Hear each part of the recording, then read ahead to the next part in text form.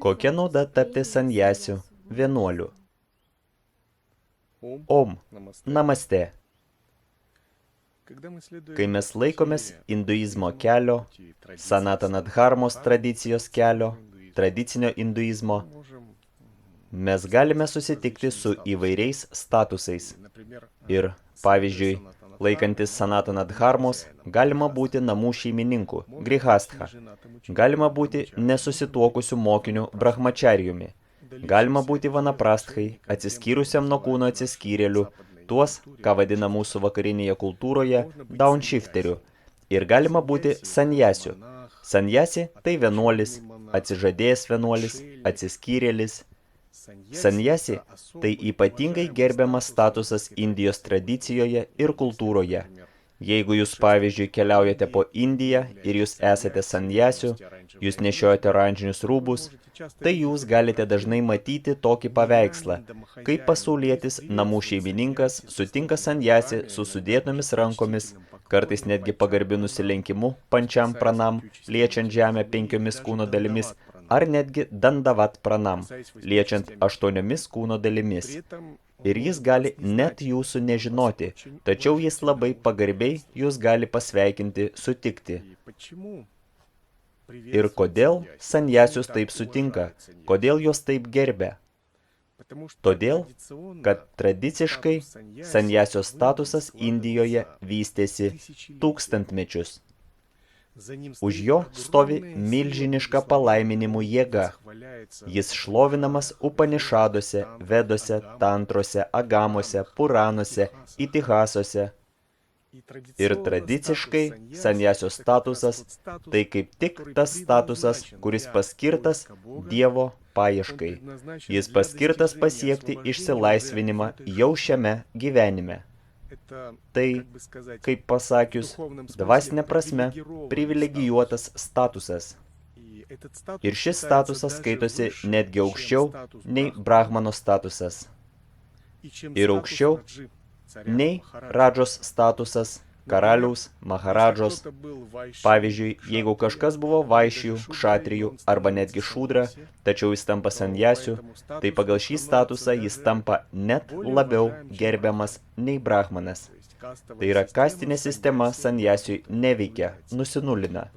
Kadangi, kaip skaitosi, sanjasis išėjo už visuomenės ribų. Jis išnyko pasauliui, jam neveikia kultūros, sociumo, santykių įstatymai ir kastinės sistemos. Jis eina išsilaisvinimo keliu į Brahmaną. Jis ruošiasi skraidyti laisvėje. Ir sanjasis netgi senovėje buvo aukščiau už maharadžą, karalių. Nes karalius tai kšatrijus, tai tas, kuris sąlygotas varnašrama dharma, visuomenė, įstatymais, priežasties ir pasekmės ryšiais, dharma, savo ego, pasaulietiškais norais, o sanjasis atsižadėjo viso to ir daugelis sanjasių praeityje buvo karaliais. Pavyzdžiui, Buda buvo sanjasis, jis buvo hinduistas sanjasis. Prieš tampant sanjasiu, jis pabuvo princu, maharadža, didingų karalaičių. Rama buvo princas, tačiau jis taip pat siekė eiti sanjasos keliu. Ir atėjo toks laikas, kai jis taip pat, kaip ir Buda, tik daug tūkstančių metų prieš tai, keliaudamas po Indiją, nusivylė pasauliu ir pas jį atsirado mintys apie sanjasą.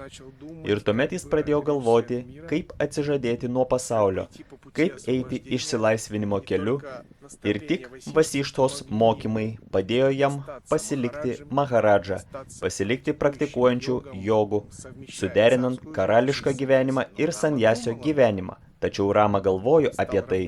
Jis tapo abejingas pasaulietiškiems norams, pasaulietiškiems malonumams, karalystės valdymams, politikai, karo menui. Ir sanjasa tai ta mintis, kuri anksčiau ar vėliau Indijos kultūroje ir tradicijoje apima kiekvieną maharadžą, kiekvieną karalių, kai yra visa valdžia, visi turtai, visi malonumai, medžioklė, malonumai, politinis pripažinimas, šlovė, žinomumas, garbingas vardas, Karalius supranta, jam jo karūnoje trūksta dar vieno akmens, sanjasos. Tačiau tam, kad priimti šį akmenį, jis turi palikti karaliaus karūną, jis turi atsisakyti rūmų, karalystės, priimti dikšą pas gurų ir išeiti į mišką, išeiti į atsiskyrimą, išeiti į ašramą, išeiti į sanjasių bendruomenę, apsigyventi vienas, jis turi atsižadėti, palikti viską. Todėl daugelis karalių, pabaigdami savo karaliavimą ant senatvės, tapdavo sanjasiais, priimdavo sanjasą. Ir tarp daugelio atsiskyrėlių sanjasių galima buvo pažinti buvusius karalius.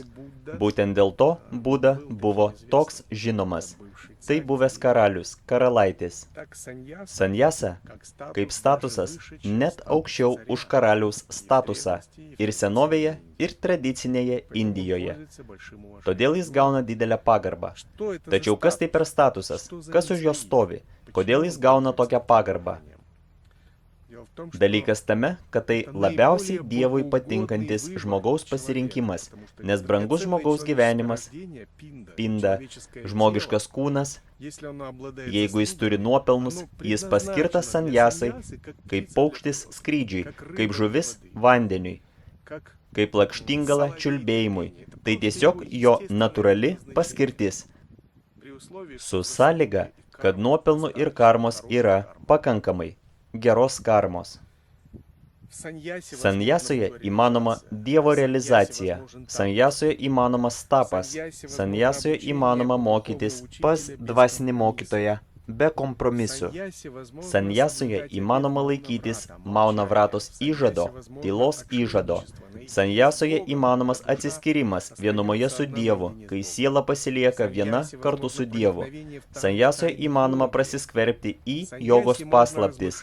Sanjasoje galima apmastyti pasaulietinės, filosofinės, teologinės problemas apie laiko begalybę, apie erdvės begalybę, visatos kūrinius.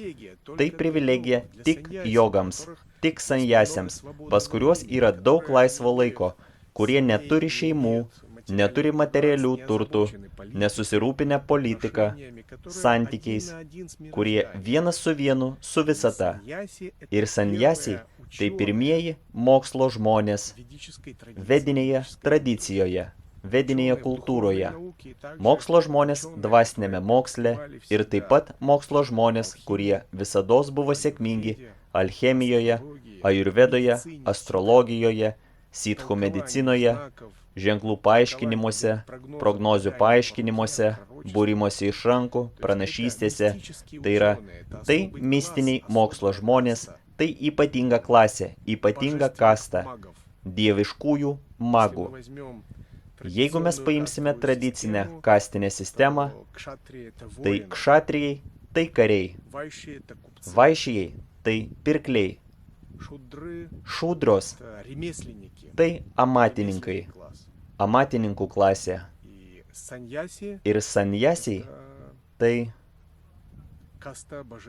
dieviškų magų kasta, dieviškų mokslo žmonių, dieviškų išminčių, tų, kurie padarė savo profesiją, savo specialybę, studijuoti visatos paslaptis, prasiskverbimas į Dievo paslaptis, į sadhanos paslaptis, kviečiant dievus, prasiskverbimas į savo proto gilumas, magiškos visatos pusės, pasiekimas, pažinimas ir visa tai sanjasa. Tai didingas institutas gimęs iš indų tradicijos. Ir kokią naudą suteikia sanjasa? Yra nauda išorinė, vidinė ir slapta. Nauda yra pasauliui, sau ir dėl kitų. Visų pirma, kokia nauda pasauliui? Kartais sako, va, sanjasiai, vienuoliai, atsiskyrėliai, kokia jūsų nauda visuomeniai ir taip toliau. Čia Sanatana Dharmos mokytojai, šventi mokytojai sako, kad sanjasiai atneša naudą pasauliui daug kartų didesnė nei bet koks vaišų, šūdra, grihastha, kšatrijus, brahmanas, bet koks pasaulietis žmogus, todėl, kad sanjasis meldžiasi vardan ramybės taikos pasaulio. Jie gyvena dėl ramybės taikos pasaulio. Jie praktikuoja išsilaisvinimą mokšos kelią dėl ramybės taikos pasaulio. Jie laimina pasaulį vien savo buvimu. Jie sukuria ypatingą energijos tipą satvą. Ir nuo šių energijų balanso priklauso energijų balansas Žemėje. Jeigu satvos bus mažai pasaulyje, 5 visatos elementai arba 5 žemės elementai išeis iš pusiausvyros, prasidės audros, uraganai, karai, sutrikimai, derliaus nebuvimas, ligos ir žmonija pradės kentėti. Žemiškas gyvenimas labai stipriai priklauso nuo satvos energijos. Jeigu šios energijos nepakanka, pradeda dominuoti tamaso ir radžaso energijos, tai negatyvios jėgos, požeminės autochtoninės jėgos, kenksmingos žmonėms dvasios, ligos, sausros, stichija griūna ant žmonijos, ji negali išgyventi. Ir sanjasiai yra laikytojai, nešiotojai šios satvos energijos. Jie rūpinasi jos balansu. Jie kiekvieną dieną meldžiasi vardan planetos, vardan žmonijos, vardan visų gyvų būtybių visatos. Jie medituoja dėl to, jie atlieka ritualus dėl to. Ir tame yra milžiniška nauda visam pasauliui nuo sanjasių. Nes tik atsižadėję sanjasiai myli pasaulį nesavanaudiškai, be prisirišimo. Jiems nieko ypač nereikia nuo pasaulių. Nei pinigų, nei valdžios, nei pripažinimo, nei pagarbos. Jie pasauliui tam tikrą prasme jau ne šio pasaulio dalis. Sanjasus ritualas jis padaro ribą, jis atskiria juos nuo šio pasaulio. Sanjasiai neturi jokios naudos nuo šio pasaulio. Būdami atsižadėję, jie nesiekia gauti jokios naudos iš šio pasaulio, todėl jų meilė yra nesavanaudiška ir tai pati naudingiausia meilė. Jų malda turi milžinišką jėgą, tai naudingiausia malda. Jų ritualai, jų mantros, meditacijos, poelgiai neša milžinišką palaiminantį faktorių visai žmonijai, visai planetai. Todėl labai svarbu palaikyti sanjasos institutą, rūpintis juo, visaip gerbti jį, nes žmonijos likimas priklauso nuo sanjasių. Kokia vidinė nauda? Vidinė nauda yra tame, kad sanjasa tai natūrali sielos paskirtis. Ir sanjasos kelias paskirtas pasiekti Dievą. Dievo pažinimui, kaip paukštis skrydžiui, kaip žuvis vandeniui. Sanjasos kelias tai jos natūralus kelias. Ir siela turi galimybę eiti išsilaisvinimo keliu, mokšadharmos keliu, kai ji tampa sanjasiu. Siela gali paskirti visą savo gyvenimą Dievui, jei niekas netrukdo.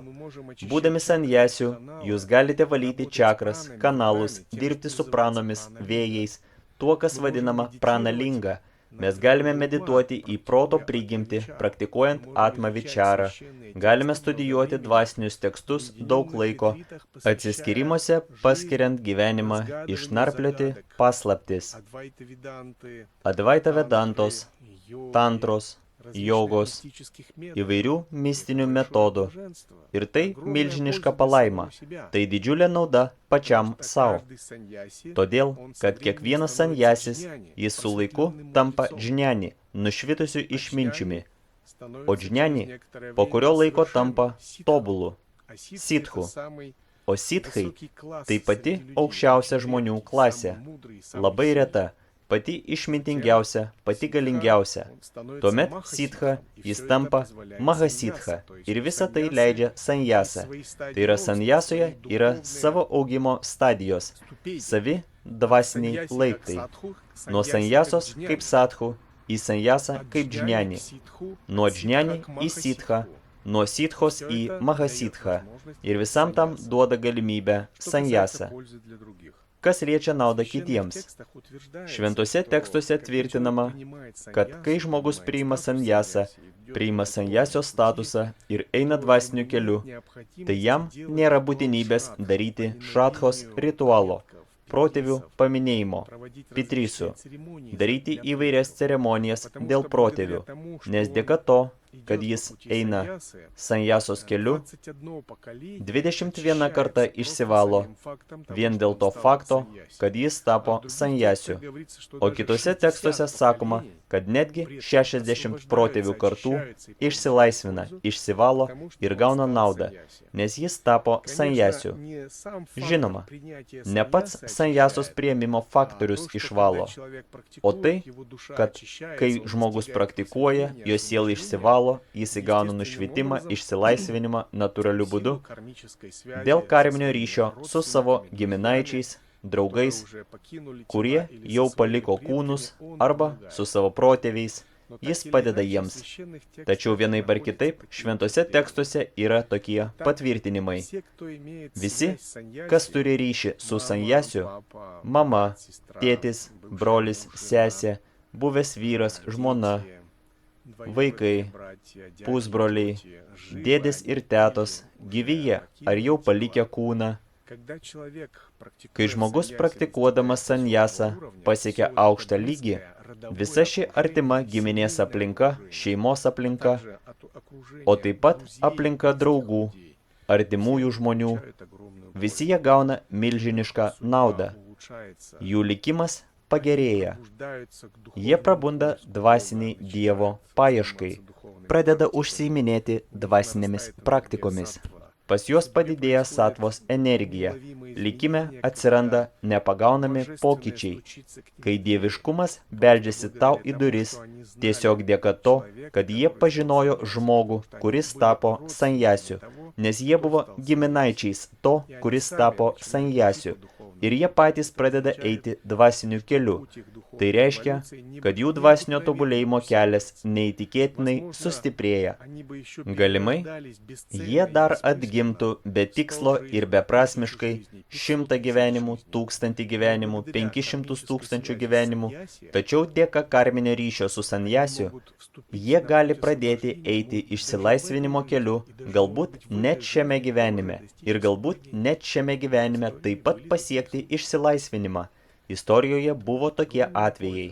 Todėl milžinišką naudą gauna giminaičiai, draugai, tie, kas buvo susiję, žmonės iš artimos aplinkos, iš šeimos ir giminės.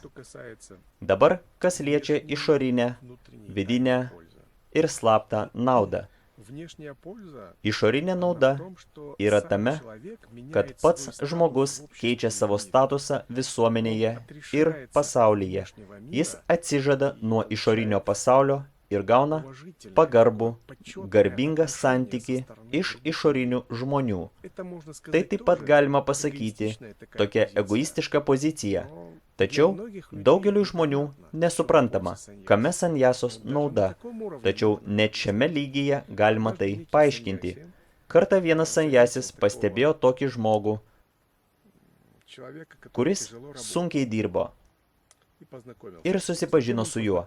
Tuomet jis susipažino su vagimi ir tuomet jis susipažino su benamiu.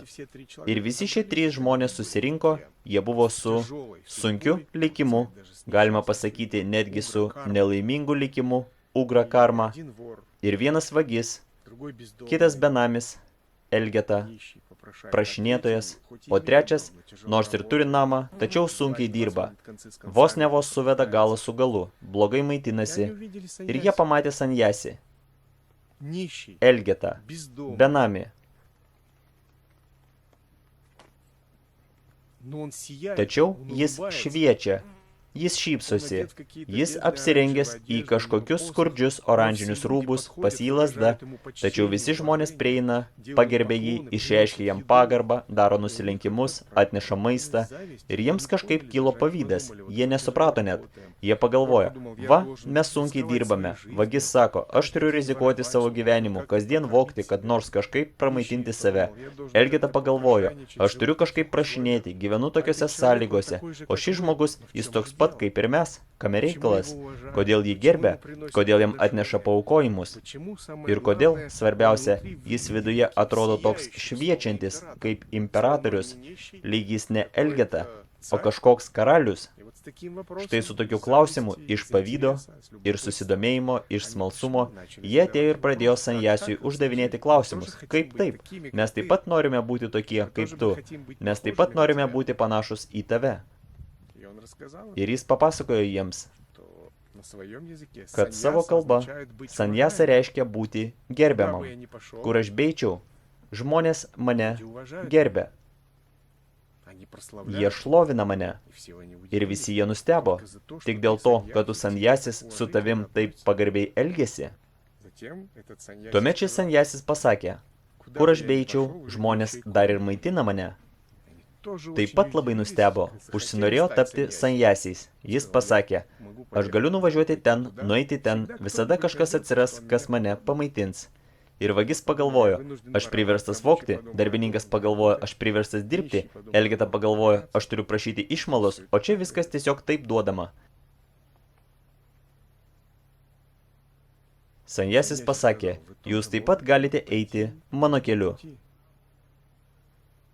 Tuomet jis pasakė, kur aš beičiau, aš visada laimingas. Jam tuomet uždavė klausimą, o kame paslaptis? Kame tavo paslaptis?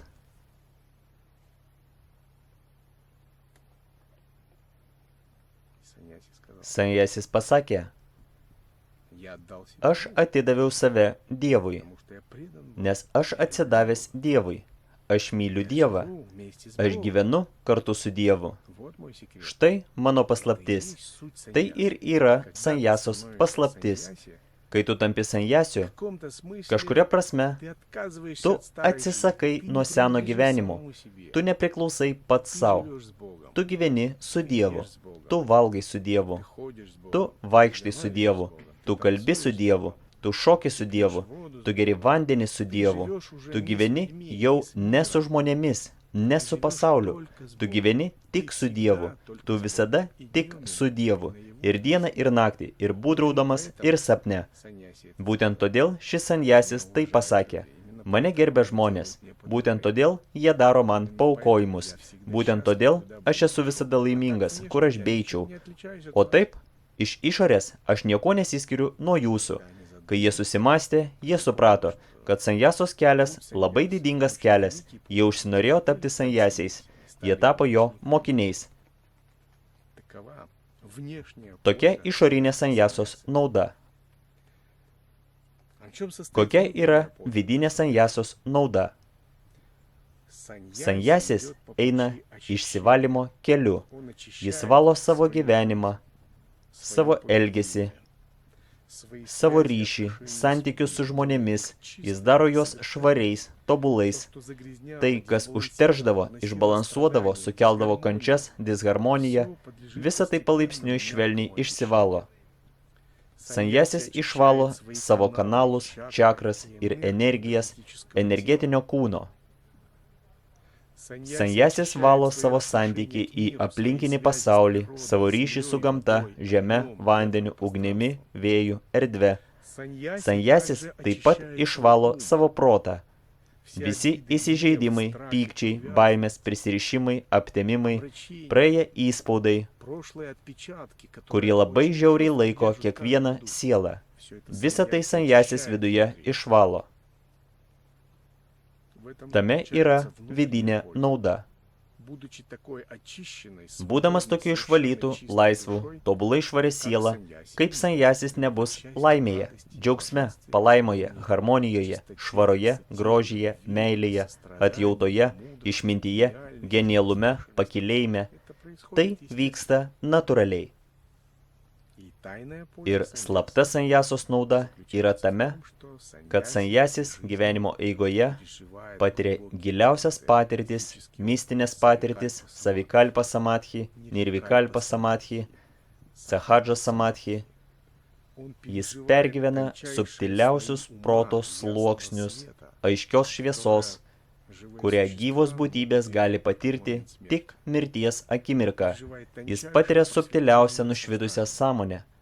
Jis atidaro giliausias vidinės struktūras virš sąmonės lygio, virš asmeninio proto lygio, prasismelkia į juos, prasismelkia ne į protą ir gali būti su Dievu, gali stebėti Dievą, gali tyrinėti Dievą, gali tapti pripildytas Dievu, tuo, ką vadina Šiva Samaveša, gali atiduoti save Dievui, ką vadina Prapati, arba gali susilieti su Dievu, Šiva Sajudža.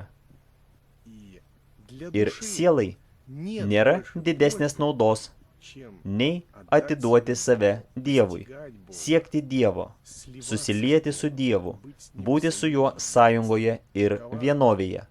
Tokia slapta sanjasos nauda. Ir kai mes išanalizuojame išorinę naudą, vidinę naudą, slaptą naudą, naudą pasauliui,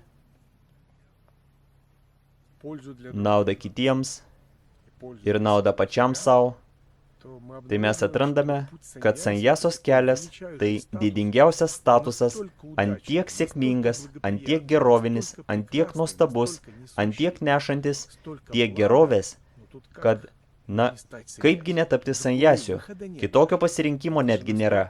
Tai ant tiek natūralu, nes sanjasa tai laimė. Daugelis galvoja, tai askezė, atsižadėjimas. Taip, tai ir askezė, ir atsižadėjimas, tačiau jis vyksta laimės fone, džiaugsmo fone, sėkmės fone, svasti. Sėkmė, džiaugsmas, džiaugsmingumas, štai kas yra sanjasa. Svasti, gerovinis gyvenimas, komfortas, fizinio kūno ir pušti, žydėjimas, augimas, prašvitimas, gausa, gerovė aplinkui sanjasi. Nes sanjasis neša absoliučiai švarę, dievišką, pozityvę energiją. Todėl sanjasiai tai labai laimingi, tai labai sėkmingi žmonės. Tai iš tiesų, kam kaip ir gyvenime pasisekė, taip manau. Na, tai nereiškia, kad kitiems nepasisekė. Kiekvienam gali pasisekti. Tai dar priklauso nuo jo pasirinkimo. Tai toks geras, laimingas pasirinkimas, kuris, esant norui, prieinamas visiems, kas pakilo iki anahata čakros lygio, kieno likimas, kieno karma leidžia. Būtent dėl to, sanjasiai gali lieti savo meilę ant kitų, jie gali lieti savo išmintį ant kitų, jie gali dalintis savo žydėjimu, laimė, džiaugsmu, gerovę. Taip pat sanjasiai neturi išdidumo ar puikybės, jie nestato savęs aukščiau kitų žmonių, jie mato pasaulį pilnavertį vienovėje, jie mano, kad jie ir visos gyvos būtybės tai viena, tai vieninga aukščiausiai sąmonė Brahma.